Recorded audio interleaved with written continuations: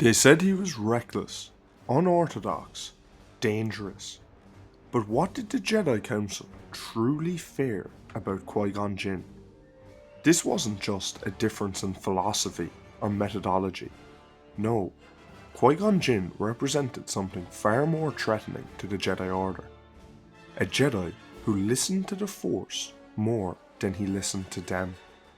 In an era when the Council's authority was absolute, Qui-Gon had the audacity to trust something older and deeper than doctrine itself. So when Qui-Gon defied their command not to train Anakin Skywalker, it wasn't just a disagreement, it was a declaration of independence. And yet, this wasn't the first time Qui-Gon had pushed back against the boundaries of orthodoxy. But where did this independent streak come from? What turned this once loyal Jedi into a spiritual maverick who challenged the very institution that raised him? Qui-Gon Jinn was trained by Count Dooku, before the latter became a Sith Lord and took the name Darth Tyrannus. Their relationship was one of mutual respect, but also constant tension.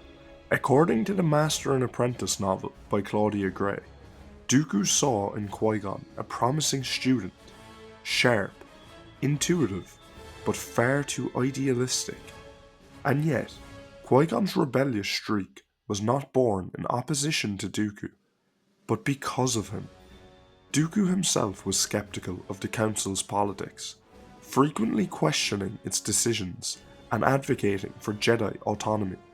But where Dooku grew embittered and resentful, Qui-Gon grew spiritual and introspective. Their split came when Dooku left the Jedi Order, and something Qui-Gon never did. But make no mistake, Dooku's departure planted a seed of doubt that would grow in Qui-Gon's soul. A seed that said, what if the Council isn't always right? And yet, Qui-Gon wasn't alone in wrestling with those doubts. Before Obi-Wan, before Anakin, Qui-Gon had another connection to the darker paths of Jedi divergence. Rael Averross, a former Jedi who had been Dooku's Padawan before him. Rael wasn't just unorthodox, he was borderline rogue. After he was forced to kill his own Padawan, Nymphiana, after a dart had taken over her brain functions and forced her to attack him, he abandoned Jedi restraint entirely, embracing raw emotion, indulgence, even romantic entanglements. Qui-Gon was sent to help him during the events of Master and Apprentice, and what he found was disturbing, a mirror of what he might become if he strayed too far. But even in Averross's descent, Qui-Gon saw the truth the Council refused to acknowledge, that emotion, intuition, and even pain were part of the Force, not distractions from it. So why did the Council refuse to listen? Why did they continue to dismiss him? Few people know that Qui-Gon Jinn didn't initially want Obi-Wan Kenobi as a Padawan. He feared the boy was too rigid, too by the book for the kind of Jedi he was becoming. In fact, Qui-Gon refused Obi-Wan's apprenticeship request. In Master and Apprentice, he even confides that he worries Obi-Wan won't understand his views on the living Force. And for a while, he was right. Their early partnership was rocky, filled with arguments, misunderstandings, and conflict over the role of duty versus instinct. But slowly, something began to change. Obi-Wan began to see that his master wasn't just rebellious, he was in tune with something older, something living. Qui-Gon, for his part, came to respect Obi-Wan's discipline and loyalty. Together, they were opposites, but perhaps that's what's made their bond so powerful, and so tragic, because the galaxy would never allow them to finish what they started. But with the living Force, what did Qui-Gon see that others didn't? While most Jedi trained in the cosmic Force, the great unifying energy that guides destiny, Qui-Gon Jinn focused on something far more grounded, the living Force. He believed that the Force wasn't just some distant cosmic web, but a present, breathing entity flowing through all life in the moment. That every moment had a purpose. That listening, truly listening to the Force, meant making decisions not based on doctrine or prophecy, but instinct. This is why he refused to ignore Anakin Skywalker, despite the boy being too old. He felt the will of the Force surge when Anakin stepped into his path. The Council didn't believe him. They sensed danger in the boy, but Qui-Gon saw something else, a potential to bring balance. Was he wrong, or did he see what no one else dared to? The prophecy of the Chosen One was ancient, long buried in Jedi texts, often misinterpreted. But Qui-Gon believed it with unwavering conviction. He believed Anakin would bring balance, that the Force had not made a mistake. But the Council rejected this idea. Mace Windu called him delusional. Yoda warned him about cloudy judgment, but Qui-Gon stood his ground. He is the Chosen One, he said. So why then did the Force not protect him? Why allow him to die at the hands of Darth Maul before Anakin could be trained? Or was death not the end for Qui-Gon? Here lies Qui-Gon's greatest secret. He was the first Jedi to return from the dead.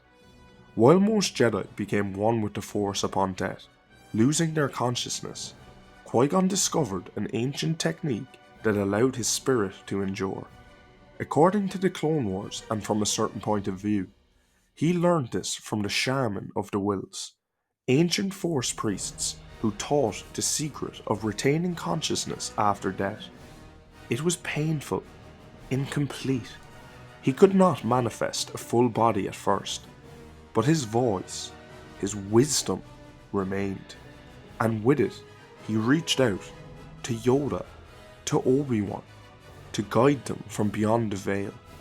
But this raises another question. Did Qui-Gon foresee the fall of the Jedi? When Yoda travelled to the ancient Force planet of Dagobah and heard Qui-Gon's voice for the first time, he asked a simple question. Why me? Qui-Gon's answer, a great darkness is coming. It was no longer about Anakin. It was about the Order itself. Qui-Gon knew that the Jedi had become blind, shackled by tradition, corrupted by politics. He foresaw the Republic would fall, that Sidious would rise, and that only those willing to evolve could survive.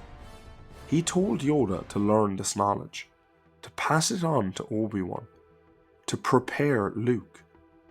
Qui-Gon didn't just defy the Council in life, he defied the boundaries of death to finish what he started. But what if the Council had listened? What if Qui-Gon had survived? It's the question that haunts every Star Wars fan who's looked deeper into Qui-Gon's story. What would have happened if he survived the duel with Darth Maul on Naboo? George Lucas himself once said that Qui-Gon was the father figure Anakin needed. The one who would have guided him, not through doctrine, but compassion. Unlike Obi-Wan, who was bound by duty, Qui-Gon saw Anakin as a person first, not a prophecy or a project. In the Legends novel Jedi Apprentice, and canon sources like Master and Apprentice, we see that Qui-Gon often rejected traditional Jedi teachings about suppressing attachment. He didn't fear emotional bonds. He embraced them with care and balance. Had he trained Anakin, he likely would have taught him to live with his emotions, not bury them. Palpatine's manipulations wouldn't have found such fertile ground in a boy grounded by trust, understanding, and a master who loved him like a father. But Qui-Gon didn't survive, and the galaxy paid the price. So what legacy did he leave behind? Many fans trace the change in Jedi belief to Anakin's fall or Ahsoka's departure. But what if the first crack in the Council's authority started long before, with Qui-Gon Jinn? His defiance on Naboo, his refusal to obey the Council, and his open disagreements in the Jedi Temple all showed younger Jedi that the Council could be wrong. Jedi like Ahsoka, Quinlan Vos, and even Obi-Wan, who later trained Anakin with more flexibility, were influenced by Qui-Gon's legacy. In Master and Apprentice, we learn that Qui-Gon was even offered a seat on the Council, but turned it down because he knew it would compromise his independence. He told Obi-Wan, "The Council does not always know what is right." Those words would echo years later in Anakin's own trial before the Council. And yet, Qui-Gon didn't rebel for rebellion's sake. He stood for balance. Not power, not ego, just truth. But can one man's legacy truly outlast a broken order? While the galaxy forgot Qui-Gon after his death, the Force did not. He whispered to Yoda during the Clone Wars. He guided Obi-Wan through meditation on Tatooine, and though never directly heard in the original trilogy, his teaching shaped Luke Skywalker's destiny. By the time of Revenge of the Sith, Yoda confirms that Qui-Gon had found a path to immortality through the Force. In deleted scenes and the Clone Wars, we see him speaking directly to Yoda, showing him how to become one with the Force while retaining identity. Obi-Wan used these teachings to appear to Luke on Hoth, and later on Dagobah. And in The Rise of Skywalker, during Rey's final battle, we hear Qui-Gon's voice once more, one of many Jedi guiding the galaxy's last hope. Qui-Gon Jinn never vanished. He became the invisible hand shaping the future. But now we must ask, was Qui-Gon the Jedi the Order was supposed to be? By the end of the Clone Wars, the Jedi were generals in a war they didn't start, blind to the Sith hiding in plain sight, and chained to a republic crumbling from within. Qui-Gon rejected all of that. He believed in service, not politics, compassion, not suppression, and balance, not blind adherence to light or dark. The Journal of the Wills, an ancient text from the early drafts of Star Wars, speaks of mystics who served the Force itself rather than any temporal government or order. Qui-Gon Jinn was one of them, a guardian not of the Republic, but of the Force. So here lies the final, lingering question, one that echoes across the galaxy long after Qui-Gon's death. If all Jedi had followed Qui-Gon's path, would the dark side ever have won? He was never the Grand Master of the Jedi Order, never the leader of legions, never the most powerful with a lightsaber, or the most celebrated in the Temple archives. But in the end, Qui-Gon Jinn may have been the only Jedi who truly understood the Force. He lived by instinct. He listened to the will of something greater than any council, republic, or prophecy. And though the galaxy didn't listen to him in life, in death he taught those who would change the fate of everything.